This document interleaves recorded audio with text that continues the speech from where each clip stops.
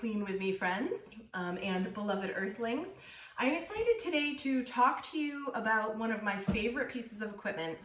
It's something that we use pretty routinely in Beloved Earth Cleaning, the professional cleaning service that we own and operate. This is a huge bang for the buck piece of equipment. It runs about $150.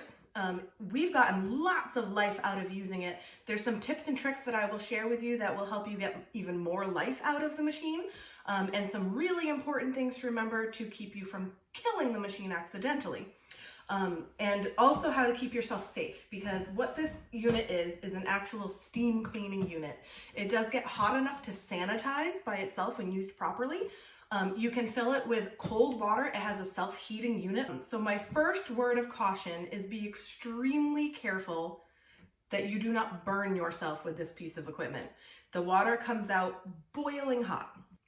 The steam that comes out will most certainly severely burn you if you get it, if you touch your skin with it.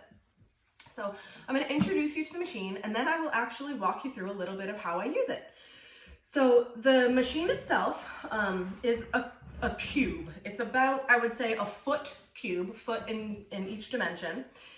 A couple of really great features about this machine as opposed to some others that we've tried, and why we choose this one. It has wheels on the bottom, rolling casters, 360-degree casters, so that it very easily follows you around all of the hard floors. Secondly, you can carry this machine not around with you while you're cleaning, per se, but it's great to be able to lift and carry this machine rather than the awkward way of carrying the base unit itself. By the way, this is the Dupray Steam Cube. Another great feature of this machine, on the bottom, you will see that it has a cord storage. So this cord wraps nice and neat, held in the machine, so you don't have to finagle with a cord while you're walking around or carrying the machine to and from. It also has a really nice and long cord, which prevents the need for having to have an extension cord every time. Even though, as a rule of thumb professionally, we love having extension cords at hand all the time, because sometimes it's just much easier not to have to look for new plugs to plug into to get into that last 3 feet. And that's what it always seems to be. It always seems to be between 18 inches and 3 feet that you can't actually reach, no matter how much you stretch that vacuum or steamer hose. The filling portion of the unit also has some really great features.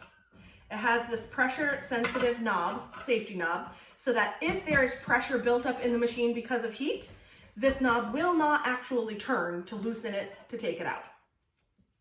That's a great feature. There's also this really fantastic built-in funnel feature of this machine. So when you are filling the machine and pouring water in there, it has a natural funnel design so that it doesn't go leaking all over, even if you're not that great at managing to get water where it belongs. The other great thing that I love about this machine is that it holds quite a lot of water. Only for very large cleaning jobs have I needed to refill this machine to get through the job. Often you use a lot of steam when you are steam cleaning showers, or like large spa area type things, or very large open floors that have a lot of gunk that needs to kind of be soaked and tackled. But to get through a typical job, I have not found very often that I would need to refill this machine. So I'm going to put this back on here just so that I don't lose it. Okay, so moving on to some of the other features of the Dupray Steam Cube. It has a nice long hose. So this piece of equipment, as opposed to several others that I've tried, has a great feature of having a very long hose. So I think that the hose is 8 feet long, I believe, and it has multiple kinds of attachments. The attachments that it comes with from the manufacturer is 2 of these hose lengths. And the great thing is, when you are doing areas where you just want a little bit of extra reach, but you don't necessarily need the full-on, 4 foot, 3 or 4 foot hose, or pole rather, you can just use one portion of the hose and then put the attachments right onto that portion. So for instance, when you're doing very large windows, there's this squeegee attachment And they're all universal adapters, so you can put any of the accessories right onto either the handle or 1 unit of the pole or 2 units of the pole. So there's lots of versatility with this machine. So when you're doing floors, which I'll show you a couple different usages of this machine today. And when you're doing floors, you would use both units of the pole and then this floor head attachment. So this floor head attachment, I will go through with you in close-up version rather than this far away, so that you can see each of the attachments more in depth. Okay, so then you would use this whole unit to do the floor. So now I'm going to show you a couple more features close up. So one of the features that is fantastic for doing especially larger, more extended jobs is this lock button feature. So when you are doing floors, for instance, and you want a steady stream of steam to be coming out, and you don't want to have to keep your finger on the release trigger of the steam, you can pull the trigger and then lock the button, and then it holds the trigger in for you. So then you can use your hand in a more relaxed fashion rather than having to hold the trigger down constantly, which when you're doing a lot of this work can really wear out the muscles in your hand and wrist. So that's a fantastic feature. To release the locked function, you would just pull down on the trigger again, it releases the lock, and then the steam will shut off. So let me show you some of the attachments that are super fantastic that come with this machine.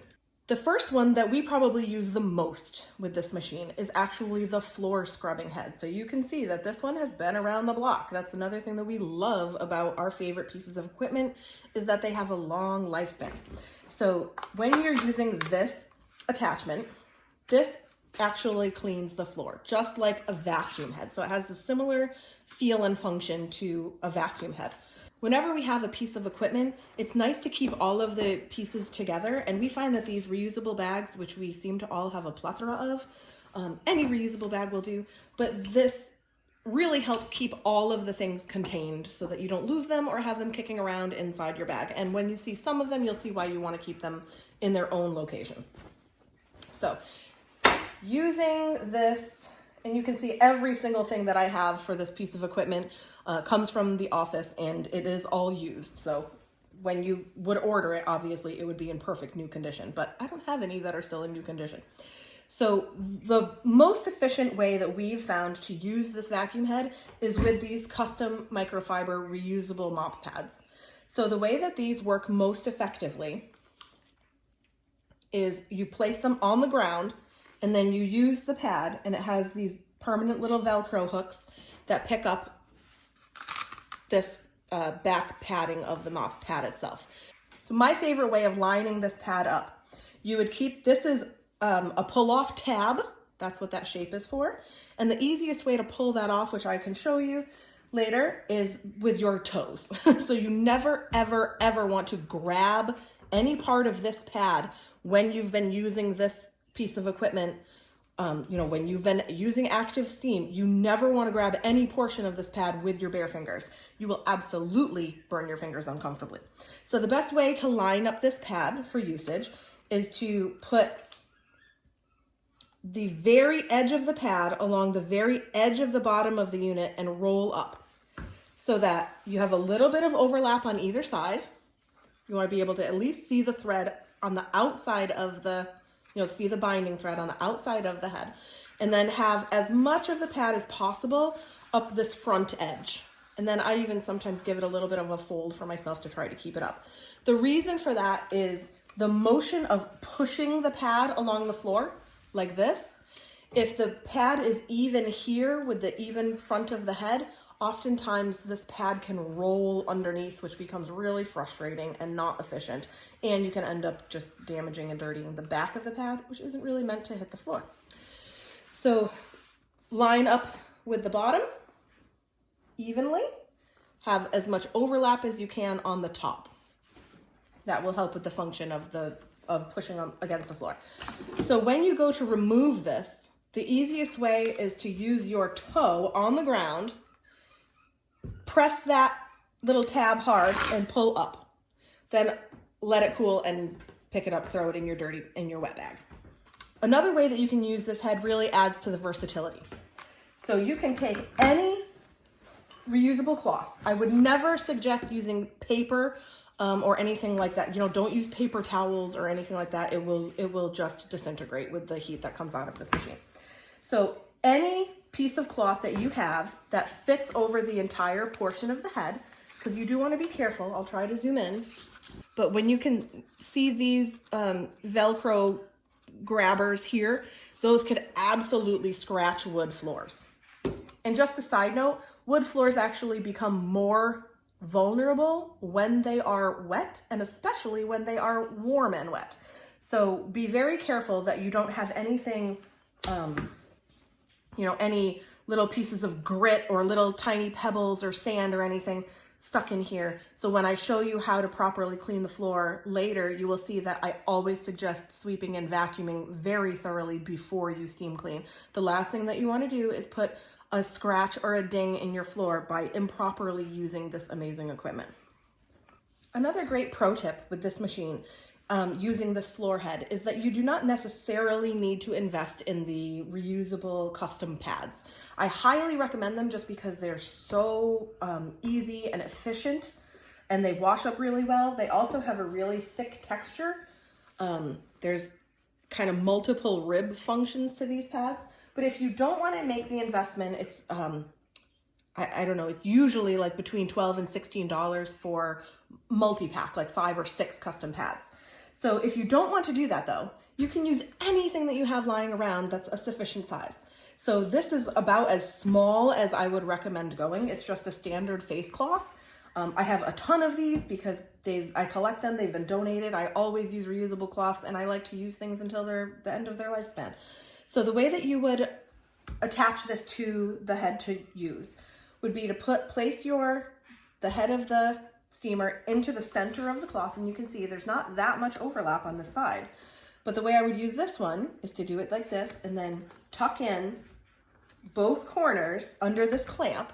You press in the center, it puts the alligator jaws up, and then you clamp it down underneath. Do the same on the other side.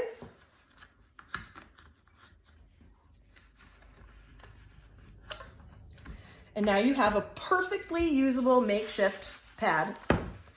Sometimes I use this even if I run out of, if it's a really gunky floor, if I run out of the custom pads, I might use a couple of these just to get through the end. This is also great if you want to, just really get into the corner of something.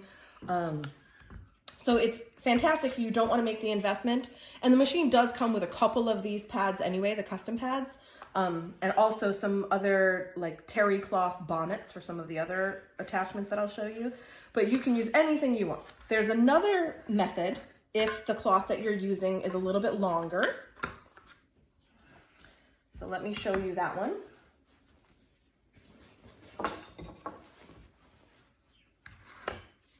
So this is just a standard microfiber. And my favorite method for using this style of cloth is to actually fold it mostly in thirds. I mean, you want it to be a little bit bigger than thirds. Place it in the center, and see how with this one, I have a little bit more overlap on either side. So then I can actually just tuck in these corners like this, these edges, and there we go, we have a pad. The other great thing about the versatility of using a microfiber cloth is, one, it's extremely soft, so it's great for delicate work if you have, a floor that you're very cautious about. It's also, we have a lot of these already with us when we're cleaning. So in a pinch, you can always use a standard cleaning cloth. One other application that can be used for the floor cleaning attachment is actually if you need to do walls or large flat surfaces. It can be floor, horizontal, ceilings.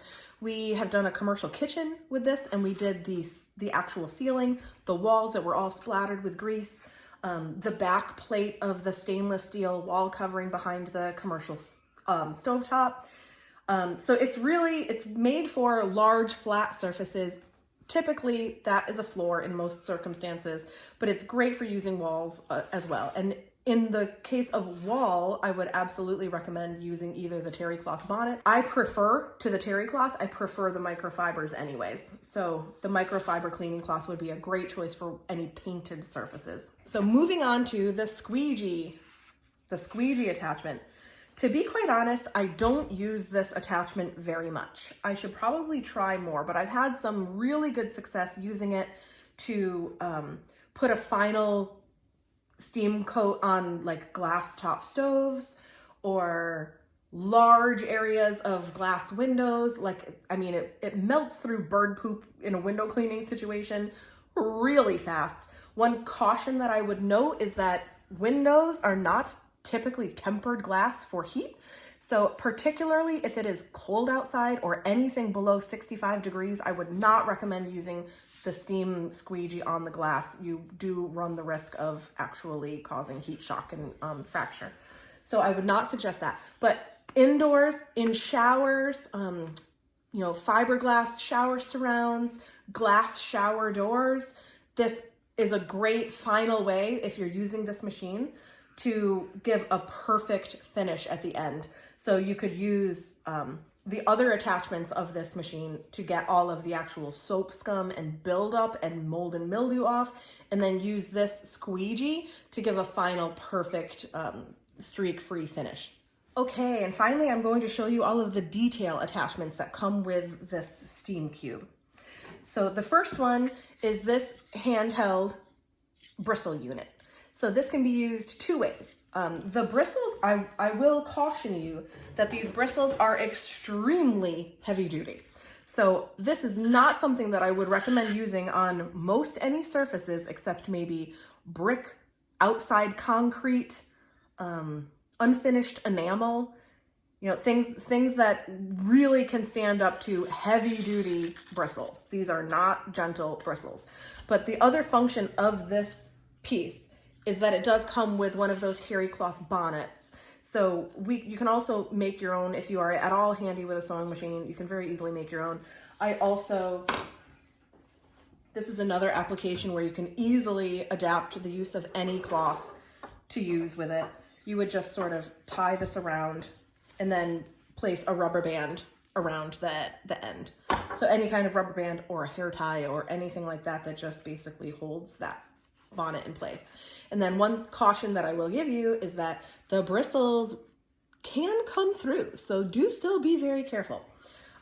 However, when you're scrubbing like the insides of ovens, this is fantastic. With a bonnet on, it gives you some real good pressing power, even inside a cloth. So even if you don't have an elastic or anything to hold it on for you, it's not really that hard while the shape of this unit, to just fold your cloth around and then hold it with your hand. You're holding it in that function anyway, so you can kind of hold the cloth on yourself. The triangular shape of this piece of equipment is also really handy because it can get into corners very, very, very well. So this is fantastic. I mean, I use this one probably mostly for inside of ovens, inside of showers, scrubbing the tile floor on the base of a shower.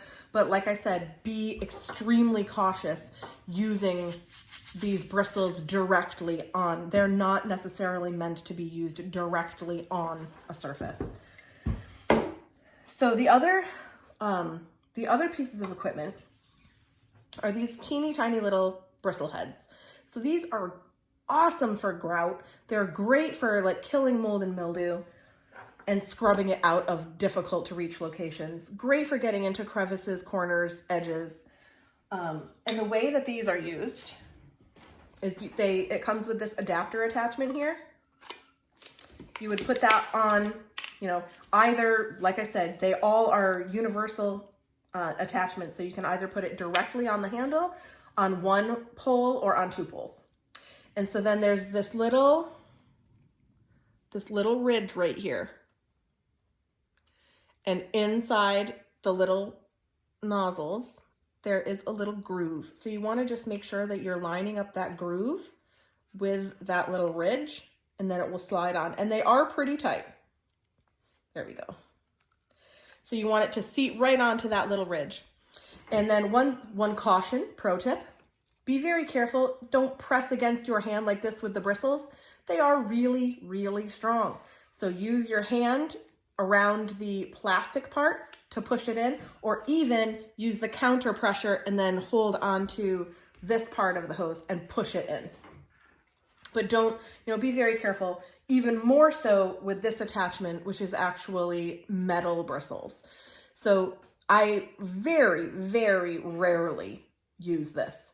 The one application where I have used this attachment is actually cleaning grill plates, either on gas stoves or outside on a gas grill or charcoal grill. If any time that you're cleaning something that is like, cast iron, that's another way that I've used it, to refinish or reclaim cast iron pans that are way past their way past usable and need some resurrection. This is a fantastic piece of equipment. So the steam actually does a great job at dissolving rust and any buildup on cast iron, and this is the attachment that you would use because when you purchase the unit, it actually comes with 5 of these with the plastic bristles. And that's because when you use them with steam and scrubbing, they warp and they get kind of wrecked. So they don't last forever. But I mean, this one, it would take quite a bit to get through this one, but it's fantastic for reclaiming cast iron pans.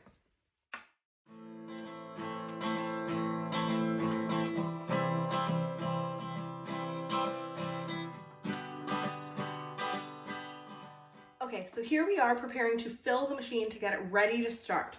So I have already filled it with 32 ounces of water, which is 4 cups. I know that amount fits in the machine. I know that it heats up relatively quickly. So that's usually my preferred method. Plus it's exactly 1 quart. So when you have a 32 ounce bottle, just save it and you know that you can carry that around with you if you're cleaning on a professional setting, or if you have a 4 cup measuring container, that's an easy way to fill the machine and you know it won't overflow.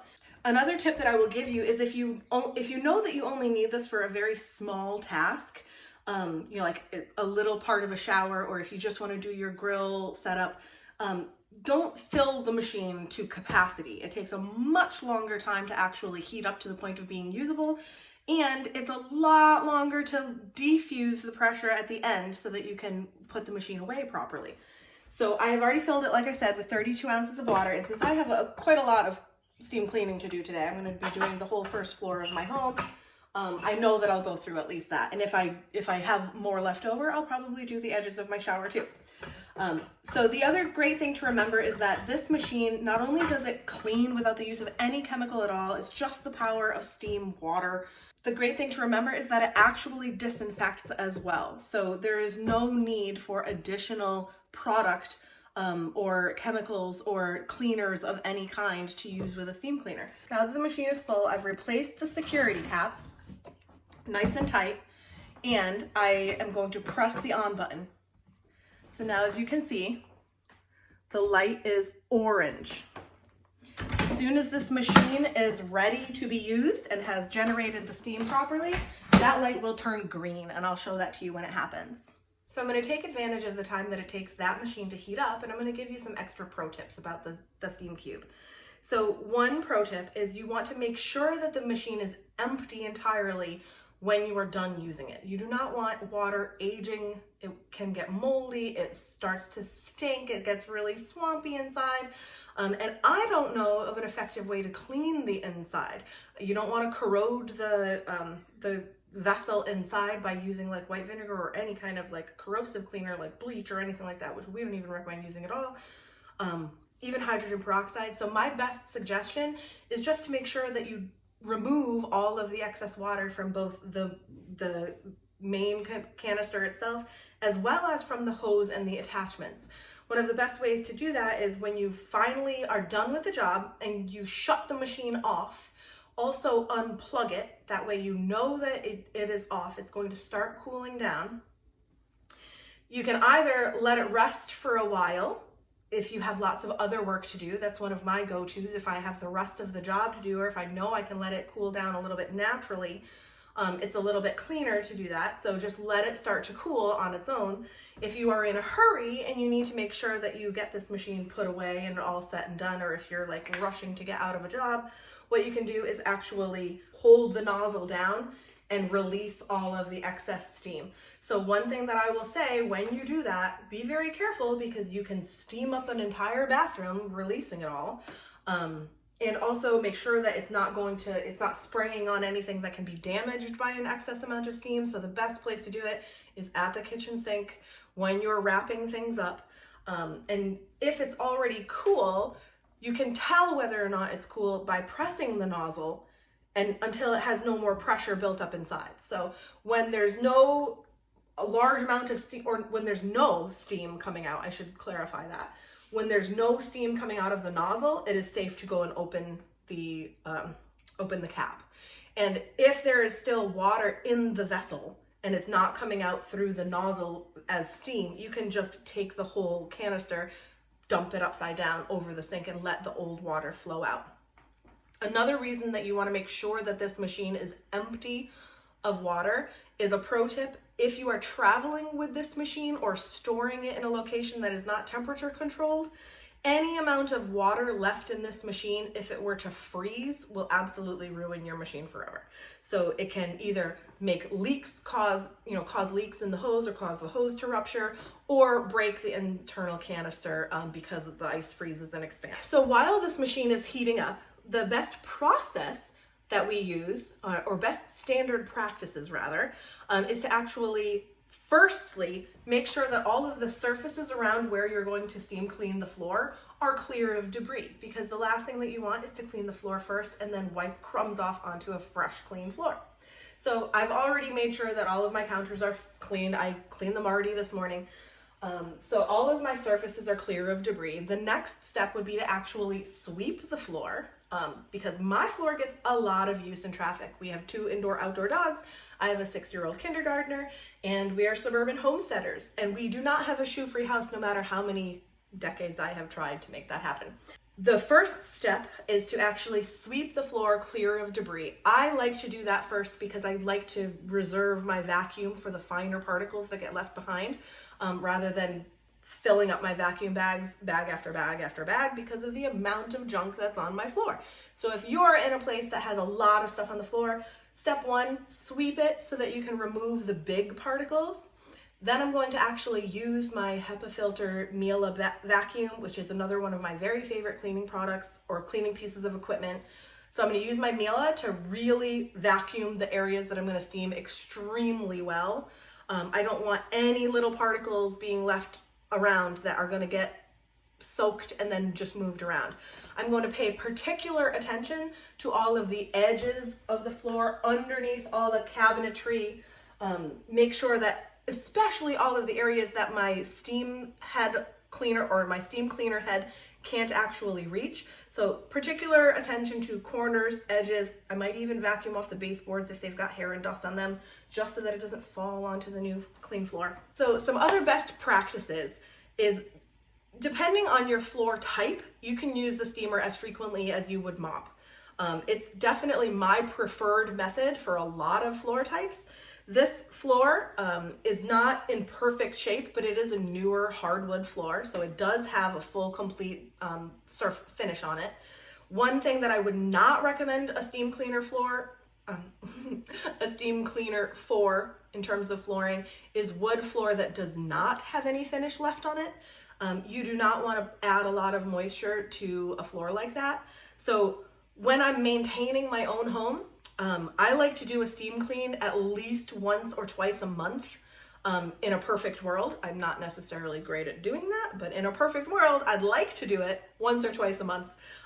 One, I like the sanitizing factor, especially since we have dogs that go in and out and I have no idea what's on their feet, as well as ours. And it's just nice to know that the floor is going to get sanitized at least that frequently.